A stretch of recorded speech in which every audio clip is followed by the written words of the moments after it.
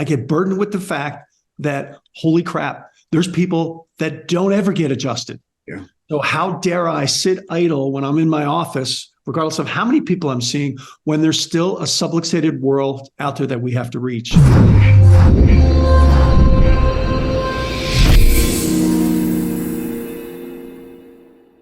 Well, hello, everybody. Dr. Ron Oberstein, president of Life Chiropractic College West. And welcome to another edition of our Life West Leadership Line. Today, I've got a gentleman that I was actually in school with. I'm not going to tell you how old we are, but you'll know that he's in 40 years of practice. And I'm a little bit, I think you had just come, Palmer, when I was kind of moving out. But I've got Dr. Palmer Peet coming at us from Orange County, California. Welcome to the show, Palmer. Thank you, sir. You know, it was so long ago, Ron, that we were in school together. You and I both had mullets. Yes, and we had a lot more. Yes, well, we had mullets, hair, brother. Oh, yeah. But it was much darker, and you could see mine no matter what color it was. Right? You know, I'm so jealous. I never got to do the gel phase. I never got to do any of that stuff. You know, the tip. I never got into that. Anyways.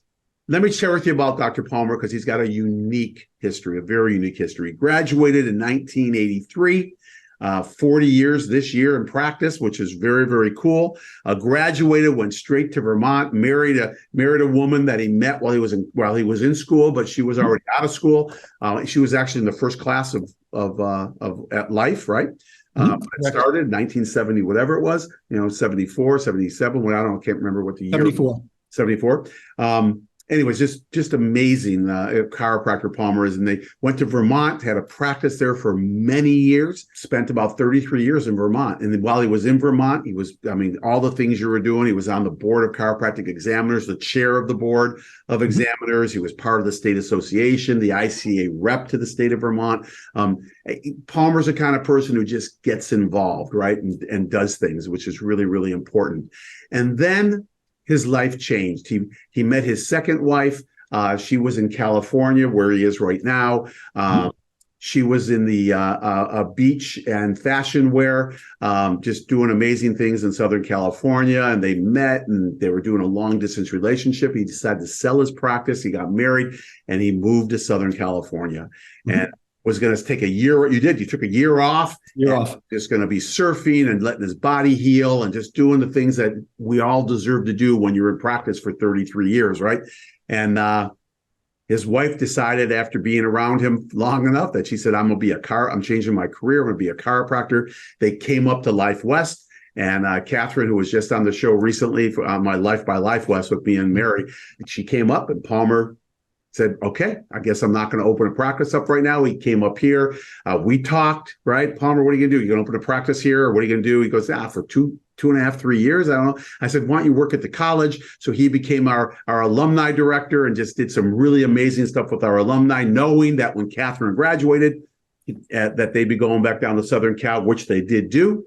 And, Palmer's back into surfing 3 or 4 times a week. He's got a great practice going on. They've been in practice now for 2.5 years, and he's doing amazing stuff. And I didn't even talk about that. He started one of the first pediatric chiropractic, organizations being like seminars, right? Called the Baby Adjustors. He was co-founder of this back in 84, 85? I'm not sure. I think it was probably 80. Yeah, 85, I think. Yeah, and putting posters out, about pediatrics, and they were in everybody's offices and teaching people about pediatric and prenatal adjusting and just amazing things, and start teaching for CBP, doing their pediatric portion of CBP, because you got the CBP. And so he's done a lot in chiropractic. And in California, he was a rep of California. Now he's on the board of the ICA. He's still doing stuff, right? And 40 years in the practice. So there's a lot. But the other thing that's so cool about Palmer is that he is a 4th generation chiropractor. That means his grandparents. He's not 4th. He's got 4 generations. He's a 3rd, right? Your grandparents, your parents, yourself, right? And, and other siblings and on that level. And then also your kids, right? And we're going to talk about that just in this a little bit, because that's so amazing when you hear the stories about his grandparents. And his parents did amazing things up in, I believe it was Newburgh, New York. Is that Newburgh, New York, baby, Gem of the Hudson? Yeah. I mean, they were just phenomenal chiropractors up there setting the standards for that, and really paving the way for people like Mary and I, and when we got out, and when your parents were a couple, practiced together, did that stuff, and anyways, there's a lot of history. So let's jump into it, man. Let's just start right now. Talk about your grandparents and and that whole lineage of what took place. Sure. So my grandfather in 1910 goes in to get a haircut. And when he's in the barber shop, someone tells him about chiropractic. So he makes his way out to Davenport. Took him a little bit, but he graduates in 1913. He had Dee Dee and BJ both as instructors. So he graduates in 1913, Ron. He goes down to the train station with his last $24 that he had in his pocket. He said, how far will this ticket get me east? So he bought a ticket, got off the train, walked 3 blocks, and set up his practice and practiced there for the next 50 some odd years. Where? In Newburgh, New York. So he started it. He started it in Newburgh, New York. But where was he from? That I'm not sure. I actually don't know. I don't know. He's been long deceased. Yeah, but was he getting his haircut in Davenport? I don't know where he was getting his haircut. Okay. I don't know that part of the story. But so he had 3 kids. They all became chiropractors, one of which was my mom. So, I have 4 siblings. There's 5 kids. 4 of us became chiropractors, and then my daughter's a chiropractor. So, yeah, it's a classic, So let me ask you a question. Did he meet your grandma? Did your grandfather meet your grandma at Palmer? I don't know that either. I'm sorry.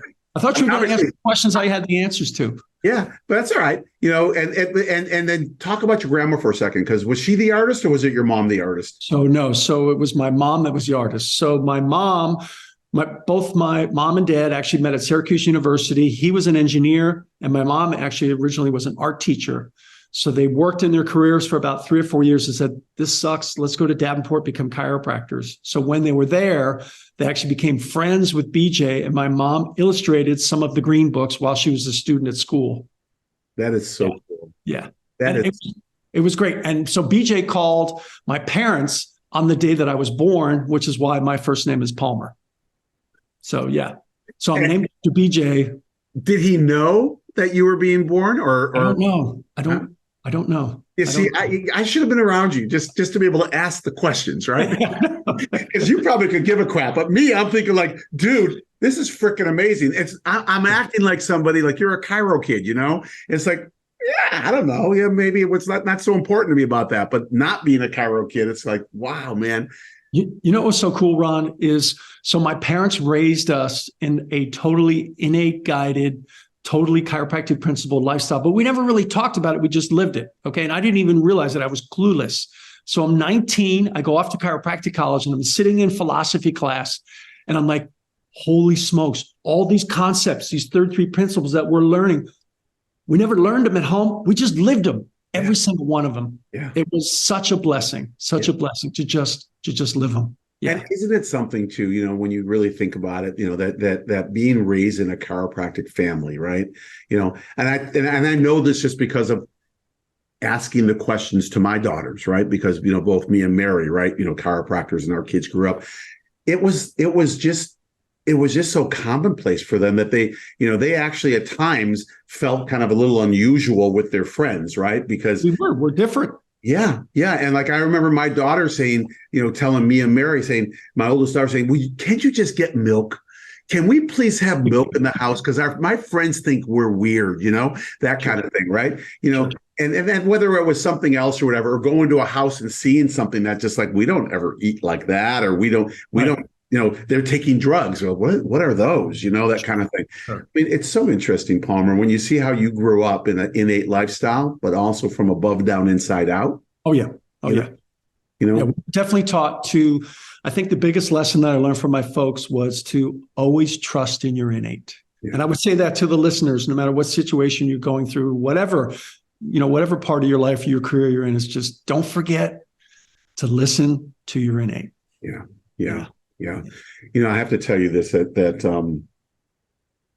the question we would ask our kids when they would ask us, all we'd say to them is this, are you being loving to yourself? Mm-hmm. I got an issue with this guy. Are you being loving to yourself? Right. And that really is listening, right?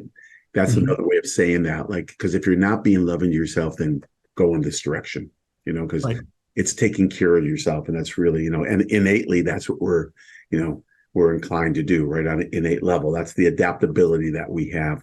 Palmer, I tell you what, man. I mean, we went through school. You were there when I was graduating. Maybe we spent a year together. There's so much as our paths have crossed throughout the years, and when I'm looking at the history that you had and the family lineage, I don't even know if you've encountered the number of chiropractors in your family or not. Do you know the number? I think it's like 19. 19? Yeah. 19, yeah. It's so beautiful, man. I mean, I aspire to that, Okay, well, you're well on the way, man. I'm trying to build my dynasty, brother, but I aspire to that. But, just seeing it and seeing your grandparents and then seeing your parents and then yourselves, and now you're watching, the fourth generation, when you see that, there's something about being that chiropractor, right? About living it and owning it. And really kind of, I don't know what you'd call it, maybe being a complete chiropractor. I don't know. I don't know really what that means, but what does that mean to you? Is I guess more. So, to me, the complete chiropractor, he or she first has a busy practice because, we need to serve folks. They're adjusting as many people as they possibly can, and they're busy. So, and if they're busy, then they're fruitful and they have, plenty of funds and money to do the second thing. And that's to make sure that they're giving back to their chiropractic alma mater. Or if they don't particularly like their alma mater now, there's plenty of subluxation principle-based chiropractic colleges like Life Chiropractic College West and a couple others. You should be donating regularly. You should be part of the President's Circle. You should be donating regularly. You need to be busy in practice. You need to be donating. You also need to be involved in chiropractic with something you're not getting paid for. Be on your state board. Be one of the officers of your state association. You need to be involved in giving back to the profession. I think back, my parents didn't even have a license for the first half of their career in New York State. My grandfather never had a license. Yeah. He never had a license to practice. My parents, I remember when they went back to actually take their board, they were studying as when I was a kid growing up to get their licensure. We take so much for granted now that we need to give back by being busy in our practice, giving back to our chiropractic college, and being involved in the political side of the profession itself. And and so many people think that when you say, or when anyone says, be busy in your practice, oh, that means I have to see volume. It means see what you can see. Technique specific, whatever you're doing, do what you can do, but just don't have downtime. You don't have time to be sitting around, right? Like whatever it is, I don't care if you're spending 1 minute with a person or spending 10 minutes, it doesn't matter. Just do what you do, but do it on a regular basis, right? And just fill your day up, man, because it's really what it's about. There's no judgment about the numbers you see. It's all about, are you giving all that you can give, right? And also play, correct? Oh, sure, for sure. What happens to me every time I get adjusted still, and I've been getting adjusted for 62 years. Every time I get adjusted, the same thing happens to me, Ron. I get burdened. I get burdened with the fact that, holy crap, there's people that don't ever get adjusted. Yeah. So how dare I sit idle when I'm in my office, regardless of how many people I'm seeing, when there's still a subluxated world out there that we have to reach. So I would charge all of you, whatever your practice is. I'm not saying you need to see 1,000 a week or whatever. Just be busy and serve as many people as you can comfortably. Yeah. Yeah. And I think the other piece is tell the story. Oh, for sure. Because I have to tell you something, and I firmly believe this. If I can go out and tell the story and drive thousands of people into chiropractors' offices, I'd be doing a better service to humanity than being in an office taking care of the group that I take care of, right? Though I love having my hands on, and it's, how addicting it is. And that's why chiropractors can't retire, right? Because it's just as beautiful. But tell the story, because there's so many people who just don't know what we know. And literally, they're dying to find out. I mean, literally. Sure. So, BJ said the greatest thing you can do for a patient or a person is to teach them to live an innately guided life. Yeah. So that's part of the story. I mean, not just about subluxations, but we need to teach them about above, down, inside out. Yeah. Teach them that they have an innate and that they are enough and that they can trust their body to heal itself. And they are a miracle that's unfolding moment by moment. And we make that happen without any interference when your nervous system is functioning normally with chiropractic care. Yeah. We have inflection points in practice in our lives, right? When we hear something somewhere, doesn't matter where it is. It could be a movie. It could be Rocky Balboa, or whatever it might be, the song, whatever. But there's inflection points that just, boom, stay with us, right? And take us to who we are and to the next level. Herbert Ross Reaver was speaking in the 1990s when we brought him over to right by you, brought him to Costa Mesa, at the old Red Line. I think it's a different hotel now, just changed the name. Sure. And he said something because someone got up, there was a line of people asking questions in this big conference room. We set up 2 microphones and someone got up. It was a student, I think. He said, like, how did you do it? How did you start a practice back in the 20s, like when no one knew anything, knew about car? And here's what he said. He said, when we got out of school, we were just so on fire to tell the world about innate intelligence. Mm-hmm. I mean, that was there. It wasn't like, to talk about, the headaches, neck pain. It was about tell the world about innate. Sure. And that was their message, just like you said. It wasn't even about subluxations. It was about innate. It was innate. It was innate. Let them know that that there's something within them. There's an intelligence there that runs them, that animates them, that they have the unlimited potential within them, right? And then it unlocks it to get adjusted, right? But it's just amazing that's what it dovetails so well because, my gosh, what an easy story to tell. You're not trying to sell subluxation correction or chiropractic as a healing mechanism. It's like tell the world about what's inside of them. Sure. And I think the chiropractor, when he or she, if they fall in love with the study of innate and sharing about innate, if you really truly surrender to your innate and fall in love with it, people will be supernaturally attracted to you. You've had this, Ron, in practice. People are driving down the highway and they said, Dr. Oberstein, God told me to come in and see you into your office. I don't know who you are. I don't know what you do, but God told me to come in and be your patient because you're in tune with your innate. That's right. That's really cool. I mean, Dr. Sid taught us that. He did. Be in touch with the bigness of the fellow within. Yeah. He did. And it happens so many times. In fact, sometimes they don't verbalize it. Mm-hmm. Sure. I don't know how I got here, but this is the right place. Well, yeah, you don't know how you got here because you were led here, right? But here's the thing, Palmer, and I think that our viewers will admit to this, at least those that are chiropractors. When you get a group of chiropractors in a room and you ask them, how did you get into chiropractic? Everyone has their story, or 90% have their story, right? Sure. And I don't care whether it was I was dying and someone gave me an adjustment. I came back to life. I was a chiro kid, wasn't sure. Boom. Maybe you knew. I think you knew when you were like 10 or 11 years old that you're going to be. Yeah, I was 11. So that's when my parents finally decided that I was semi-mature enough to join them on house calls.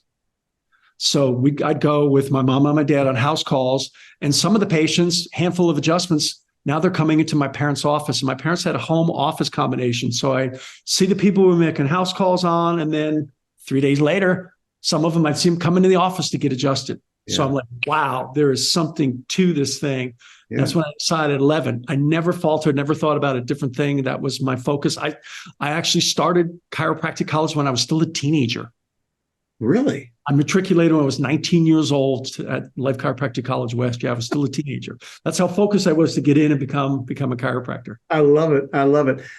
And we all have our stories. I mean, everyone has their stories, right? But the cool thing is that, I had a group of students at my house last night for dinner where we had our ambassadors, right? The ones who give tours to prospective students. They run our discovery days here where people get to come and discover chiropractic. They fly in from all over North America, sometimes from Europe, to check out Life West and check out. I've been to that. It's a great weekend. Everybody should go to it. It is phenomenal. And so at the end, they all got to share their story of how they got into chiropractic, and the whole thing we talked about was that, we don't choose chiropractic. Chiropractic chooses us, that's that when you're connected, right? And at some point, everyone's connected to that point where something happens, something's there, the light bulb. Sometimes we fight it, and then it gets connected, and boom, we're right there. And that's, it's truly what it is. And if we could stay in that grace, stay in that space, whoo, man, I strive to get back there all the time, man, all the time. So. Sure. So being that chiropractor, and obviously, you went and you set up a practice in Vermont, had a booming practice, sold that, went to California. Palmer, I think you can go anywhere. Anywhere. I can put you in the middle of the desert and you can set a practice up and I know you'll do phenomenal, right? And it's not because of, the amount of hair you have on your head or it's or the watch you wear or the fun. It really is about what you own, right? And what's in here and how near and dear it is. And I think when you talked about that, when we talk about the complete chiropractor, it's someone who can take this and be able to just live this through their life, right? And really kind of work like that, like your parents did. Sure. I drank the Kool-Aid, right? Right from the start, baby. I drank the Kool-Aid. Well, you were raised on the Kool-Aid. I was raised, I was drinking the Kool-Aid before I even know it. But even when I was able to choose to drink the Kool-Aid, I bought into the complete love, serve, give, and do. The whole principle, the lasting purpose that that Life West is founded upon. I own that. Flowing in an attitude of servitude and losing yourself in service to others and being guided innately.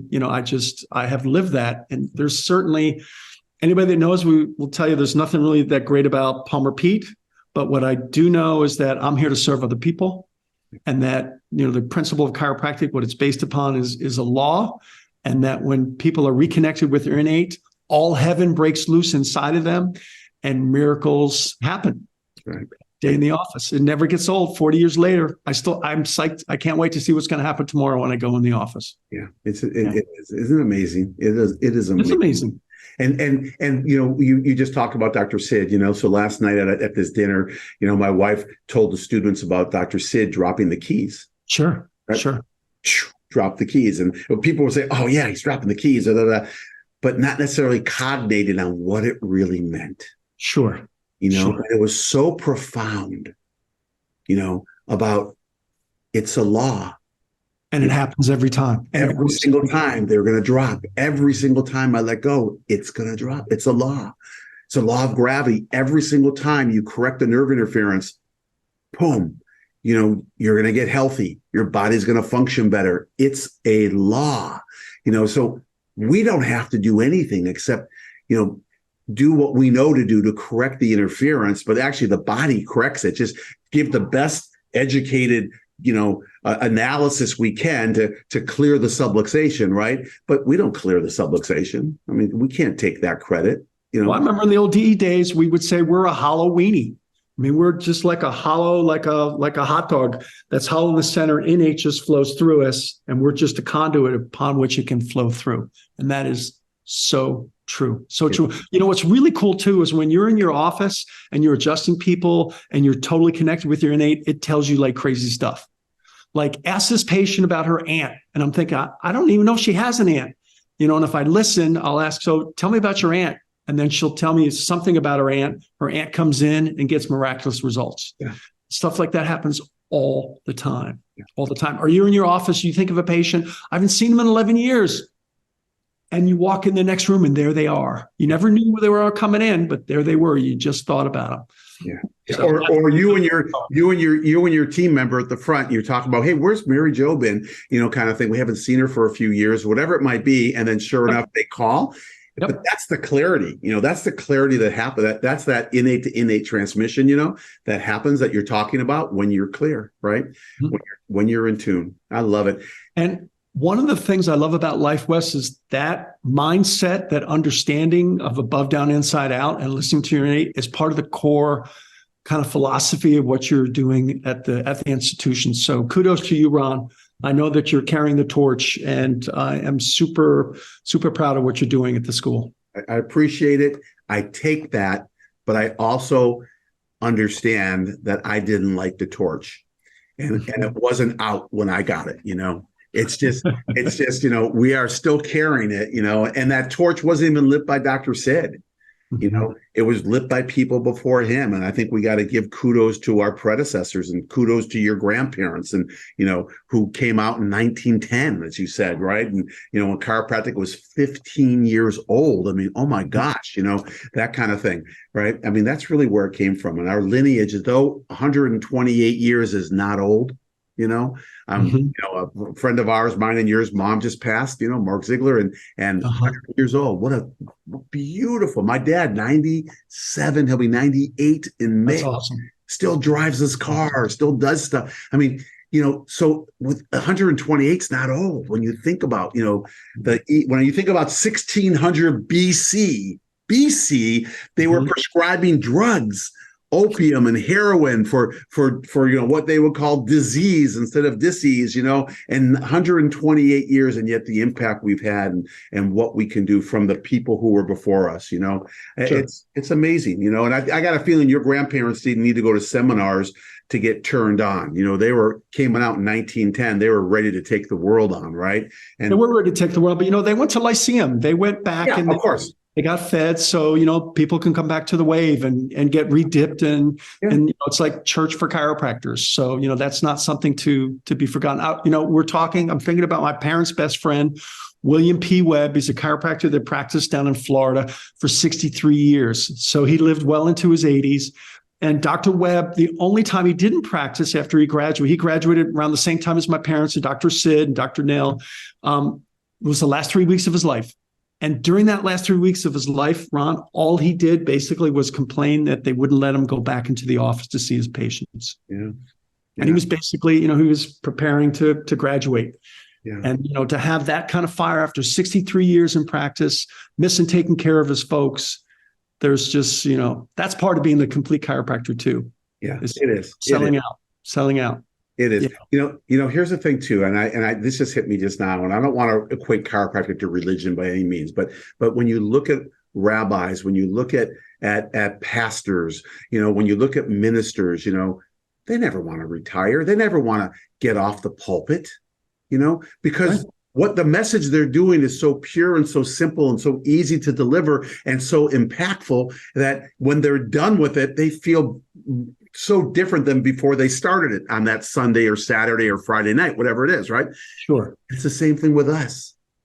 That, like you just said, you can't wait to get in tomorrow to see the miracles and to be with your people. And, and then at the end of the day, you're more rejuvenated than you were when you walked in the morning time, So it doesn't mean it isn't hard work. There's nothing wrong with working hard, but you were talking about playing too. So, I think part of being a balanced chiropractor too is not working yourself to the bone. I could list off probably close to a dozen really great chiropractors that all passed away, young men and women. Yeah. I mean, it's tragic because they literally just worked themselves to the bone and didn't take enough time to love, serve, and give and do to themselves first. You have to love others like you love yourself. That means you got to love yourself first. So you got to give, love, serve, and do to yourself first so that you are better able to do the same to others. So Palmer, how do you keep the balance? 40 years now, but even while you're going through practice, how do you keep the balance? So I keep the balance because I don't work 5 or 6 days a week. I work 3.5 days a week. And the other days I'm either surfing or woodworking or doing something that I also have other passions. And so I don't ever get burned out. Yeah. So I hear chiropractors say, I burned out. I'm like, how do you get burned out serving people and adjusting people? But if you work too many hours, you're just in the office too much, then I think, then you could probably get burned out. So I take plenty of time for myself and my family, and then also make sure that I'm in the office, serving my folks. And most people only need to be adjusted 3 days a week.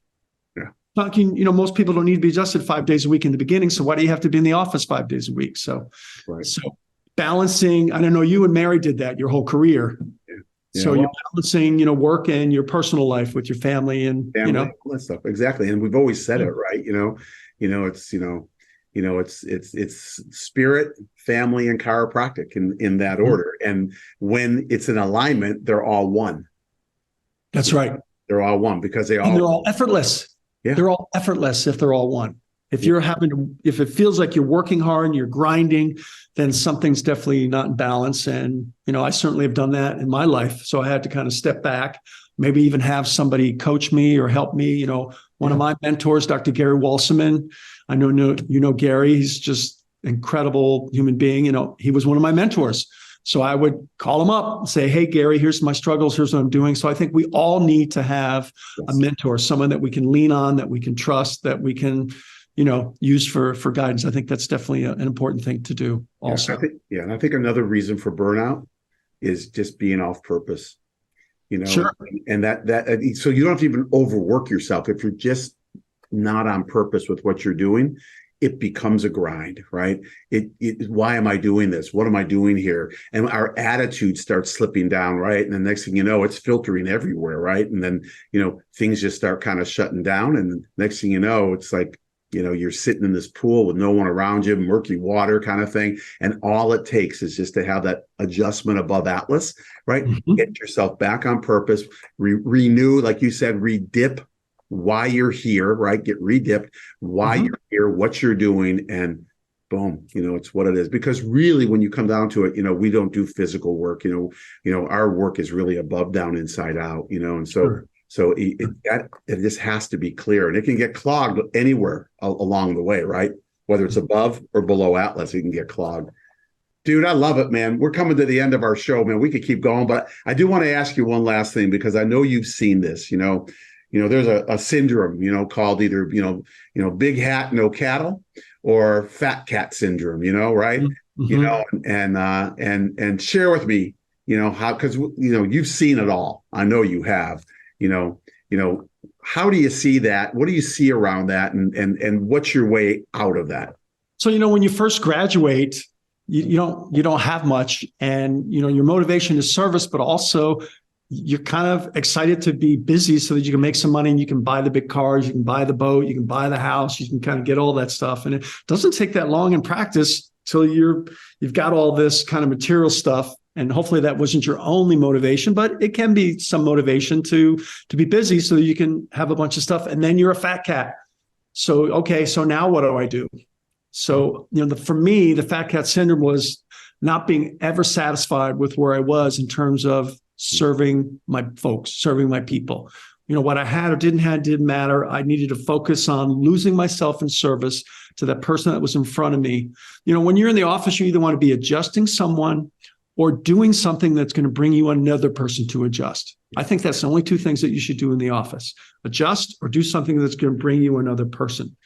So staying in that mode, even though you've got all the material things, is definitely important in being, a completely rounded, a complete chiropractor. Is don't do like I did, get in the fat cat syndrome for a while. Yeah. So I had to kind of, bust out of that and refocus on why I'm here, to serve. Yeah. And like you said, it doesn't mean you can't have the nice cars or the boats or this stuff, but that's not the purpose. You can have all that stuff if you want it, but as long as you can have the nice meals. It's not about eating cold oatmeal under a light bulb and being a monk and just saying, I'm just going to sit here all day and just meditate. It's about living your life, having fun when you're not in the practice, but be in the practice. And when you're in there, you're in there for the people. It's what's there. I have to tell you that one of the greatest joys about chiropractic is that we can go through these. You can have all the cars and the Porsches and this stuff like that, but it's not who you are. And at the end of the day, that's not what we did. The end of the day that's just a byproduct of the service that we give. And if we never stop thinking about giving, doing, loving, and serving, right? We never stop thinking about we are here for them. Service means serve us. Mm-hmm. Meaning the people, serve the people. And Palmer, you've been a great servant, and you've been a servant to the profession. And I really want to acknowledge you for that, because, when I read it off, chair of the board of Vermont and all the other things, the ICA, and then being on these different, ICA rep in California, and then teaching pediatrics, and just giving yourself and giving and giving and giving. And, all the things that you do, man, you are a true living example. And I thank you for that, because it's nice to be able to know that I could say that, and you hear it humbly, because it's really what it's about. It's the humility that we do it with, right? And I appreciate it. Well, I appreciate you. Any parting words, bro? Because we're gonna wrap it up. So any parting words would be, adjust your patience as if their life depends on it, because it does. Yeah, yeah, it does. It does. Love you, brother. This was great. We could just keep going, man. I mean, I'm more energized now than when I got on the call. Kind of deal.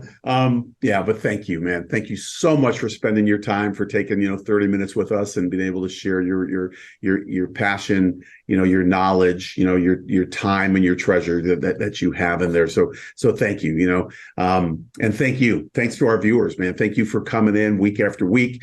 We drop these every other week. These life leadership lines, the opposite weeks of the Life by Life What's that myself and my wife, Dr. Mary, host, where we usually have practitioners on there who are anywhere from just out of school to 15 years or so. They are golden. I mean, the stuff that this generation is doing is unbelievable. I mean, unbelievable. While Palmer and I were out, putting the 27 danger signals, whatever the number got up to, and doing spinal screenings on weekends and whatever we had to do to tell the story, to let people know what we were. I mean, the modes are much different now, and they're much more efficient, and not that they're better, it's just that they're different. And what these students and these graduates are doing now, young doctors talking about now, is just incredible, being able to spread the word about innate. So listen to this. I'm telling you, Palmer, what he talked about today, there are people right now in your world who need to hear this, who might be kind of down like this right now, might be in fat cat syndrome, might be, off purpose or feeling burnt out, send this to them, because I'll tell you what, they will thank you for it, because the more we adjust ourselves above Atlas, the further we're going to be able to go, also keeping ourselves adjusted below Atlas. So thank you all, both from Palmer and I. We love and appreciate you and all that you're doing to help create this mission of creating a brighter future for humanity through the science, philosophy, and art of chiropractic. Until I come back at you next week, Palmer and I will bid you adieu, and keep loving those around you, and just keep remembering that we are much greater than we were ever led to believe, and the power in your body is much greater than we were ever led to believe. See you later. Until the next time. Bye-bye.